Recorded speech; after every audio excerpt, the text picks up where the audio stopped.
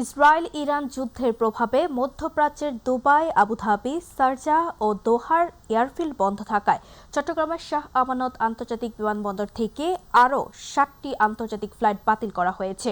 বিমানবন্দর কর্তৃপক্ষ জানায়, গত ২৮ ফেব্রুয়ারি থেকে চলমান যুদ্ধ পরিস্থিতিতে এ পর্যন্ত মোট ৩৫টি আন্তর্জাতিক ফ্লাইট বাতিল হয়েছে। বিমানবন্দরের জনসংযোগ কর্মকর্তা প্রকৌশলী মোহাম্মদ ইব্রাহিম খলিল জানান, এর মধ্যে রয়েছে Biman Bangladesh airlines, US Bangla airlines ও এয়ার আরাবিয়া এর একাধিক ডিপার্চার ও অ্যারাইভাল ফ্লাইট। তবে মাস্কাট থেকে আসা সালাম এয়ার এবং মদিনা থেকে আসা বিমান বাংলাদেশ এয়ারলাইন্সের ফ্লাইট যথাসময়ে অবতরণ ও গন্তব্য ছেড়ে গেছে। ইরানের প্রতিরোধমূলক ক্ষেপণাস্ত্র হামলায় বাহরাইনে নিহত বাংলাদেশি তারেকের বাড়ি চট্টগ্রামের সন্দ্বীপ উপজেলার আজিমপুর ইউনিয়নে। তার মৃত্যুর খবরে পরিবারে চলছে শোকের মাতম। গত সোমবার সকালে বাহরাইনের রাজধানী মানামার কাছে একটি জাহাজের ওপর ক্ষেপণাস্ত্রের ধ্বংসাবশেষ পড়লে ঘটনাস্থলে নিহত হন তারেক। এর ঘটনায় আরও ২ জন বাংলাদেশি আহত হন। নিহত তারেক প্রায় ২৭ বছর ধরে বাহরাইনে কর্মরত ছিলেন। পরিবারের একমাত্র উপার্জনক্ষম ব্যক্তিকে হারিয়ে দুশ্চিন্তায় স্বজনরা। নিহতের পরিবার তারেক সহ আহতদের দ্রুত দেশে আনা এবং অন্তত মরদেহ পরিবারের কাছে হস্তান্তরের দাবি জানিয়েছে। প্রতীকের বিষয়টি নিষ্পত্তি না হওয়া পর্যন্ত স্থানীয় সরকার নির্বাচন হবে না বলে জানিয়েছেন এলজিআরডি প্রতিমন্ত্রী মীর শাহ আলম। তিনি জানান, সংসদে আইন পাশ না হওয়া পর্যন্ত স্থানীয় সরকার নির্বাচনে দলীয় প্রতীক নিয়ে কোনো সিদ্ধান্ত নেবে না মন্ত্রণালয়। সকালে সিলেট সার্কিট হাউসে সরকারি কর্মকর্তাদের সঙ্গে বৈঠক শেষে সাংবাদিকদের সঙ্গে এ কথা বলেন তিনি। আসন্ন স্থানীয় নির্বাচনগুলোতে কার্যক্রম নিষিদ্ধ আওয়ামী লীগ অংশ নেওয়ার প্রসঙ্গে প্রতিমন্ত্রী বলেন, যদি নির্দলীয় নির্বাচন হয় সেখানে কারা নির্বাচন করবেন তা সরকারের আমলে নেওয়ার প্রয়োজন নেই। প্রতিমন্ত্রী আরও বলেন, আসন্ন স্থানীয় সরকার নির্বাচনে কোনো ধরনের অনিয়ম বরদাস্ত করা হবে না। ইউনিয়ন পরিষদ থেকে শুরু করে ইউনিয়ন পরিষদ, উপজেলা পরিষদ, পৌরসভা, জেলা পরিষদ এবং সিটি কর্পোরেশনের নির্বাচনগুলোতে দলীয় বা জাতীয় প্রতীক ব্যবহার না হয়, সাধারণ প্রতীকে নির্বাচন হয়, এই ব্যাপারে একটা অধ্যাদেশ তারা অন্তর্বর্তীকালীন সরকার জারি করেছেন। আপনারা নিশ্চয় জানেন যে সকল অধ্যাদেশগুলি আগামী ১২ তারিখে এই নতুন ত্রয়োদশ জাতীয় সংসদের প্রথম অধিবেশনে উপস্থাপন হবার পরে পার্লামেন্ট কোন অধ্যাদেশগুলো গ্রহণ করবে বা কোনটি করবেন না, এটা ওই দিন সিদ্ধান্ত হবে। স্থানীয় সরকার, পল্লী উন্নয়ন ও সমবায় প্রতিমন্ত্রী মীর শাহ আলম বলেছেন, সিলেটের দক্ষিণ সুরমা কোনো ব্যক্তি বা পরিবারের পরিচয় নয়, উন্নয়ন হবে এলাকার মানুষের প্রয়োজন অনুযায়ী। তিনি দাবি করেন, বিএনপি চেয়ারম্যান তারেক রহমানের শ্বশুরবাড়ি এলাকা হওয়ায় আক্রোশমূলকভাবে বিগত ২০ বছরে দক্ষিণ সুরমায় কোনো উন্নয়ন হয়নি।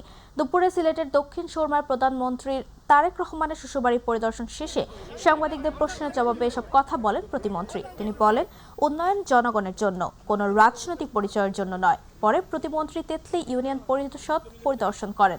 এ সময় তার সঙ্গে উপস্থিত ছিলেন সিলেট ৩ আসনের সংসদ সদস্য এম.এ. মালিক। সরকারের সীমাবদ্ধতা রয়েছে, এর মধ্যেই জনগণের জন্য যা যা প্রয়োজন, আমরা যেহেতু জনবান্ধব সরকার, মানুষের ভোটে নির্বাচিত সরকার, যা যা করার প্রয়োজন আমরা পর্যায়ক্রমে করবো ইনশাআল্লাহ। শরীয়তপুরে মানব পাচার চক্রের বিরুদ্ধে ভয়াবহ প্রতারণার অভিযোগ উঠেছে। অন্তত ৩০টি পরিবারকে জিম্মি করে কোটি টাকা হাতিয়ে নেওয়ার অভিযোগ ভুক্তভোগীদের।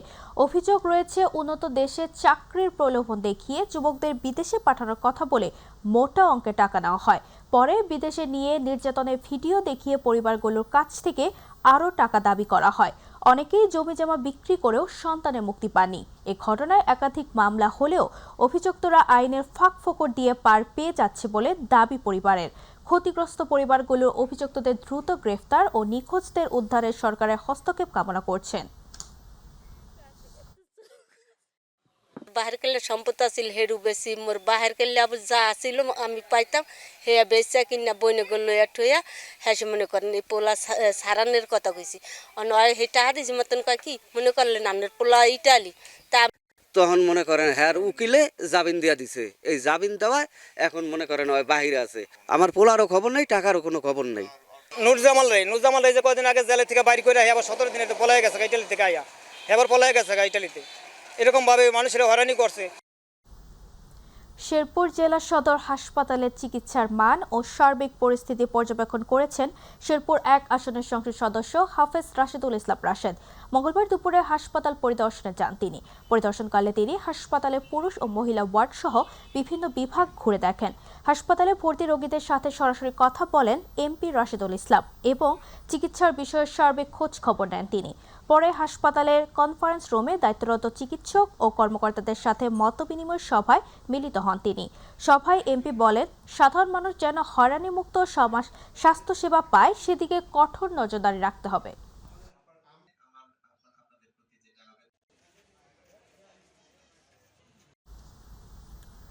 দিনাজপুরের পার্বতীপুরে বড়পুকুরিয়া খনিতে অগ্নিকাণ্ডের ঘটনা ঘটেছে।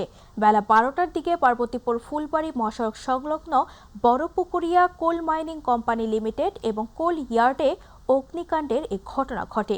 খবর পেয়ে প্রতিষ্ঠানের নিজস্ব ফায়ার সার্ভিসের একটি ইউনিট ঘটনাস্থলে পৌঁছে প্রায় 15 মিনিটের চেষ্টায় আগুন নিয়ন্ত্রণে আনে।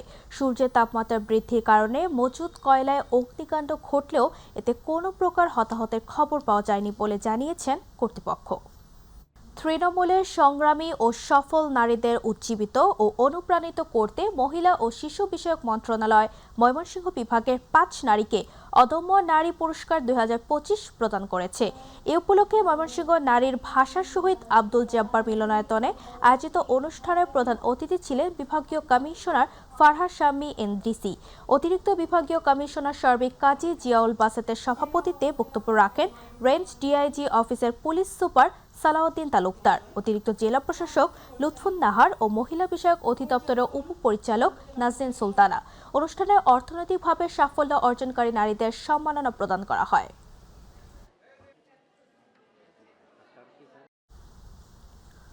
আশুলিয়ায় জমি সংক্রান্ত বিরোধের জেরে নারী ও শিশুসহ অর্ধশতাধিক মানুষ গৃহবন্দী হওয়ার অভিযোগে মানববন্ধন হয়েছে। পলাশবাড়ী ভূমি অফিসের সামনে ভুক্তভোগী পরিবারের মানববন্ধন কর্মসূচির মাধ্যমে এই অভিযোগ ওঠে। ভুক্তভোগী পরিবার জানায় 2013 সালে জমি কিনে বসবাস শুরু করা কয়েকটি পরিবার সরকারি সড়কে যাওয়ার 10 ফুট রাস্তা ব্যবহার করছিলেন, কিন্তু বিক্রেতা মাবিয়া ও তার স্বামী হজরত মিয়া দেওয়াল তুলে সে রাস্তা বন্ধ করে দেন। এতে পরিবারগুলো অবরুদ্ধ হয়ে পড়ে। ঘটনায় প্রশাসনের হস্তক্ষেপ কামনা করেন ভুক্তভোগীরা।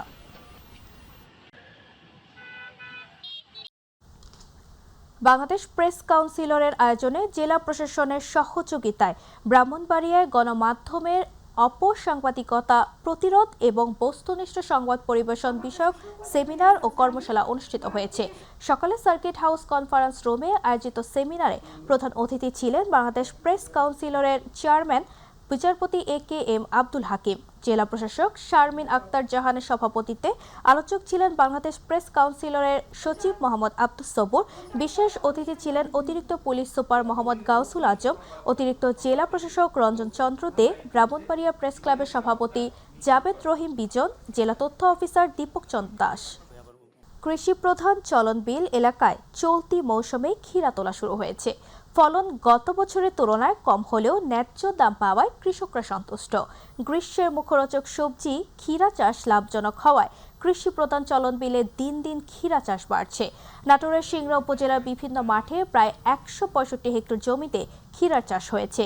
প্রতিমন ক্ষীরা 1200 থেকে 1500 টাকায় বিক্রি হচ্ছে। ঠ্যাঙ্গাপাকুড়িয়ায় মৌসুমী ক্ষীরার হাট বসেছে, যেখানে প্রতিদিন বেচাকেনা চলছে এবং দেশের বিভিন্ন জেলায় ক্ষীরা পাঠানো হচ্ছে। কৃষি বিভাগ জানায় ধানের পাশাপাশি ক্ষীরা চাষ জনপ্রিয় হচ্ছে এবং কৃষকরা লাভবান হবেন বলে আশা করা হচ্ছে। ঝিনাইদহের মহেশপুরে 2025-26 অর্থ বছরের রবি মৌসুমে হলুদের উৎপাদন বৃদ্ধির লক্ষ্যে ক্ষুদ্র ও প্রান্তিক কৃষকদের মাঝে বিনামূল্যে বীজ ও রাসায়নিক সার বিতরণ করা হয়েছে। উপজেলা কৃষি অফিসারের কার্যালয়ে এ উপলক্ষে এক অনুষ্ঠানের আয়োজন করে উপজেলা প্রশাসন ও কৃষি সম্প্রসারণ অধিদপ্তর। অনুষ্ঠানে মহেশপুর উপজেলা কৃষি অফিসার ইয়াসমিন সুলতানার সভাপতিত্বে প্রধান অতিথি ছিলেন ঝিনাইদহ 3 আসনের সংসদ সদস্য মোহাম্মদ মতিয়ার রহমান। এছাড়াও উপজেলা পল্লী উন্নয়ন অফিসার বাহাউল ইসলাম, উপসহকারী কৃষি অফিসার মোহাম্মদ ফাকরুজ্জামান সহ অন্যান্যরা উপস্থিত ছিলেন। মাদারীপুরের কালকিনি উপজেলার বিভিন্ন জনগুরুত্বপূর্ণ খাল দীর্ঘদিন অবহেলায় পড়ে থাকার পর পুনর্খননের উদ্যোগ নেওয়া হয়েছে। মৃত প্রায় খালগুলো পুনরুজ্জীবিত করে স্বাভাবিক পানি প্রবাহ ফিরিয়ে আনতে এরই মধ্যে তালিকা তৈরি করেছে সরকারি দপ্তরগুলো। খালগুলো পুরোপুরি খনন করে পানি প্রবাহ সচল করা গেলে কৃষকরা বছরে 3টি ফসল উৎপাদনে সক্ষম হবেন। এতে দেশের খাদ্য নিরাপত্তা জোরদারের পাশাপাশি স্থানীয় কৃষি অর্থনীতিতেও ইতিবাচক প্রভাব পড়বে বলে মনে করছেন কৃষকরা। বিস্তারিত প্রতিনিধি জিয়াউদ্দিন লিয়াকতের রিপোর্টে।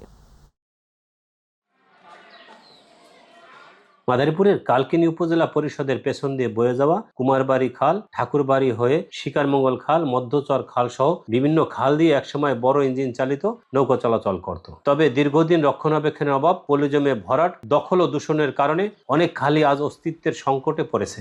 কোথাও পানি শূন্যতা, কোথাও আবার নাব্যতা হারিয়ে কার্যত অচল হয়ে পড়েছে এসব জলপথ। সরকারের খাল পুনঃখনন কর্মসূচি পূর্ণাঙ্গভাবে বাস্তবায়িত হলে কৃষি খাতে ইতিবাচক পরিবর্তন আসবে এবং স্থানীয় অর্থনীতি চাঙ্গা হবে বলে মনে করেন কৃষকরা। খালটি দূষণ দখলের কারণে খালটি এখন বিলুপ্তির পর্যায়ে চলে গেছে। খালটি দ্রুতই খনন করার প্রয়োজন। এই খালটি যদি খনন করা হয় তাহলে আমাদের কৃষি খাতের জন্য খুবই একটা উপকারী। এই খালে পানি থাকলে আমরা ইরি ব্লকটা করতেই ভালো, অনেক আমাকে সুবিধা হয়, ফসলটা ভালো হয়। সংশ্লিষ্ট কর্মকর্তারা জানান, প্রথম পর্যায়ে প্রায় 8.1 কিলোমিটার খাল খননের পরিকল্পনা নেওয়া হয়েছে। কালকিনি পৌরসভায় পালপাড়া থেকে যে খালটির অবস্থান সেটির তথ্য আমরা স্থানীয় সরকার বিভাগে একটি প্রজেক্টের জন্য প্রেরণ করেছি। সেই প্রজেক্টটি বাস্তবায়িত হলে খালের দুই পাশে ওয়াকওয়ে এবং পাশাপাশি এলাকার মানুষ যেন তাদের বিনোদনের জন্য স্থান পান সেটি বিবেচনা করে নতুন স্থাপনা নির্মাণ করা হবে। স্থানীয় সংসদ সদস্য আনিসুর রহমান তালুকদার খোকন বলেন, কৃষকের ভাগ্য উন্নয়ন বর্তমানে সরকারের অগ্রাধিকার। পলি জমে ভরাট হয়ে খালগুলো পুনঃখননের মাধ্যমে পানি সরবরাহ স্বাভাবিক করা হবে, যাতে কৃষকরা শেষ সুবিধা পেয়ে ফসল উৎপাদন করতে পারেন। এই কৃষকরা যারা সরাসরি এটার সাথে সম্পৃক্ত তারা যেন উপকৃত হয়, সেটা আমরা জনপ্রতিনিধি হিসাবে সার্বক্ষণিকভাবে তত্ত্বাবধানে থাকব এবং তাদের পাশে থাকব এবং কার্যক্রমগুলো যেন সচল থাকে সেদিকে আমরা খেয়াল রাখবো। স্থানীয় কৃষকদের দাবি, খালগুলো যথাযথভাবে পুনঃখনন ও দখলমুক্ত করে টেকসই রক্ষণাবেক্ষণ নিশ্চিত করা হলে বছরে 3টি ফসল উৎপাদন করা সম্ভব হবে। এর ফলে এলাকার কৃষি খাতে স্থায়ী সুফল আসবে। জিয়াউদ্দিন লিয়াকত, মাই টিভি, কালকিনি। সাভারের বালিয়াপুরের ঢাকা উত্তর সিটি কর্পোরেশনের আমিনবাজার ল্যান্ডফিল ও বর্জ্য থেকে বিদ্যুৎ উৎপাদন প্রকল্প পরিদর্শন করেন ঢাকা উত্তর সিটি কর্পোরেশনের প্রশাসক শফিকুল ইসলাম খান মিল্টন। এ সময় তিনি বলেন, পরিবেশ অধিদপ্তর থেকে চূড়ান্ত ছাড়পত্র পেলে সাভারের বালিয়াপুরের ঢাকা উত্তর সিটি কর্পোরেশনের আমিনবাজার ল্যান্ডফিল বর্জ্য থেকে বিদ্যুৎ উৎপাদন শুরু হবে। দুপুরে পরিদর্শনকালে ঢাকা উত্তর সিটি কর্পোরেশন প্রশাসকের কাছে এলাকাবাসী জনসাধারণের ক্ষয়ক্ষতি ও ল্যান্ডফিল এর কর্মকর্তা কর্মচারীদের বিরুদ্ধে দুর্নীতির অভিযোগ করলে তিনি বলেন, বর্তমানে দেশে জনগণের সরকার রয়েছে, মানুষের ক্ষতি করে সরকার কোনো কিছু করবে না। এ সময় প্রশাসক আরও বলেন, এখানে বিদ্যুৎ উৎপাদন হলে এখানে আর মানুষের দুর্ভোগ থাকবে না। জনগণের দুর্ভোগ, জনগণের কোনো অসুবিধা হোক, এই বিষয়গুলোকে আমরা খতিয়ে দেখব। এখানে ময়লার যে স্তূপ রাখা আছে সেই ময়লাগুলো ওভারফ্লো হয়ে অন্য ব্যক্তির মালিকানা জমিতে গিয়ে পড়ছে বিধায় এলাকার জনগণ এটাকে একটু খারাপ দৃষ্টিতে দেখছে। ইসলামী আন্দোলন বাংলাদেশ কালকিনি উপজেলা ও পৌর শাখার যৌথ আয়োজনে দোয়া ও ইফতার মাহফিল অনুষ্ঠিত হয়েছে। কালকিনি কলেজ অডিটোরিয়ামে অনুষ্ঠানের সভাপতিত্ব করেন ইসলামী আন্দোলন বাংলাদেশ কালকিনি উপজেলা শাখার সভাপতি মাহাদি হাসান সুমন। প্রধান অতিথি হিসেবে উপস্থিত ছিলেন দলের কেন্দ্রীয় কমিটির দপ্তর সম্পর্ক বিষয়ক সম্পাদক মাওলানা লোকমান হোসেন জাফারি। এ সময় দলের ফরিদপুর বিভাগীয় সাংগঠনিক সম্পাদক মাওলানা SM আজিজুল হক, মাদারীপুর জেলা শাখার যুগ্ম সাধারণ সম্পাদক মাওলানা জামিল হুসাইন উপস্থিত ছিলেন।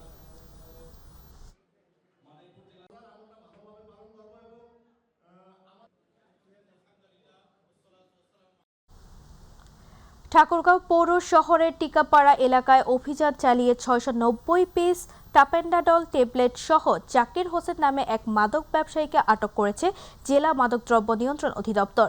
মঙ্গলবার সকালে ওই ব্যবসায়ী ভাড়া বাসায় অভিযান চালিয়ে তাকে আটক করা হয়। আটকের বিষয়টি নিশ্চিত করে জেলা মাদকদ্রব্য নিয়ন্ত্রণ অধিদপ্তরের সহকারী পরিচালক হারুনুর রশিদ জানান, সকালে গোপন সংবাদের ভিত্তিতে পৌর শহরের টিকাপাড়া এলাকায় আটককৃত জাকির হোসেনের ভাড়া পাশে অভিযান পরিচালনা করে জেলা মাদকদ্রব্য নিয়ন্ত্রণ অধিদপ্তরের একটি টিম। এ সময় জাকির হোসেনের ঘরে তল্লাশি করা হলে সোফার নিচ থেকে 690 পিস টাপান্টাডল ট্যাবলেট উদ্ধার করা হয়।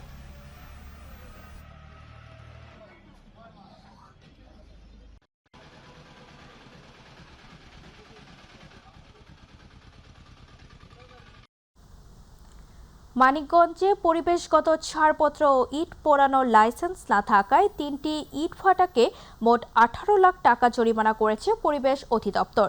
একই সঙ্গে ভাটাগুলোর চিমনি ভেঙে ফেলে বিদ্যুৎ সংযোগ বিচ্ছিন্ন করা হয়েছে। সোমবার বিকেলে সদর উপজেলার লেমুবাড়ি ও বার্তা এলাকায় অভিযান চালানো হয়।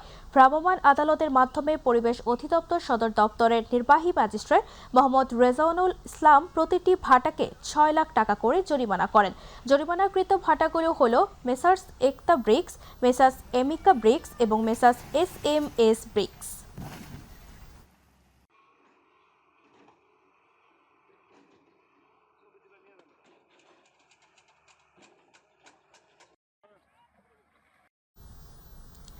গাজীপুরের শ্রীপুরে মাদক কারবারি সালাম মিয়াকে ইয়াবা সহ আটক করে পুলিশের দাওয়ার জেরে উপজেলা কৃষক দলের সদস্য সচিব হুমায়ুন কবিরের বিরুদ্ধে মিথ্যা অপপ্রচারের অভিযোগ উঠেছে। শ্রীপুর উপজেলা সাংবাদিক সমিতি কার্যালয়ের সংবাদ সম্মেলনে হুমায়ুন কবির অভিযোগ করেন, রাজনৈতিক ও সামাজিকভাবে হেয় করতে একটি পক্ষ তার বিরুদ্ধে চাঁদা দাবি, সীমানা প্রাচীর নির্মাণে বাধা ও লুটপাটের মতো ভিত্তিহীন অভিযোগ ছড়াচ্ছে। সংবাদ সম্মেলনে দলের স্থানীয় নেতৃবৃন্দ উপস্থিত ছিলেন। হাতে আটক হয়েছে কৃষক দলের সদস্য সচিব হুমায়ুন। ফরিদপুরে ভাঙ্গা উপজেলার কালামৃধা ইউনিয়নের পশ্চিম রাজনগর আরফিন তালুকদার মার্কাজুল কুরআন মাদ্রাসা ও এতিমখানার উদ্যোগে মাদ্রাসা শিক্ষার্থীদের মাঝে ঈদের পোশাক বিতরণ, দোয়া ও ইফতার মাহফিলের আয়োজন করা হয়েছে। এ উপলক্ষে এক আলোচনা সভার আয়োজন করা হয়। মাদ্রাসার প্রতিষ্ঠাতা ও সভাপতি মোহাম্মদ আলমগীর হোসেন তালুকদারের সভাপতিত্বে অনুষ্ঠানে বক্তব্য রাখেন মিডল্যান্ড ব্যাংক PLC শাখা ব্যবস্থাপক মোহাম্মদ আতিয়ার হোসেন, মাদ্রাসার মুহতামি মোহাম্মদ মোস্তফা কামাল, সেক্রেটারি মোহাম্মদ তোতা মিয়া, বীর মুক্তিযোদ্ধা আব্দুস সালাম তালুকদার সহ অনেকে।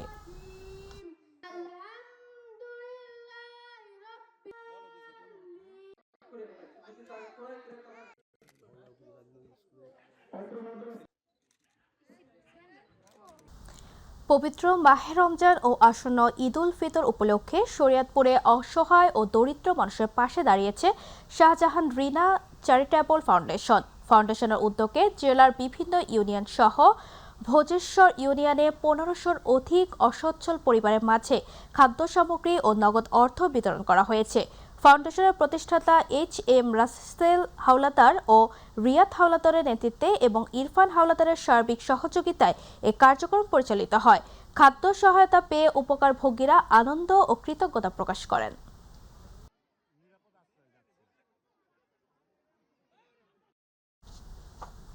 দর্শক, এতক্ষণ সঙ্গে থাকার জন্য ধন্যবাদ। আমাদের পরবর্তী সংবাদ দেখার আমন্ত্রণ জানিয়ে বিদায় নিচ্ছি আমি নওশাদ তাবাসসুম।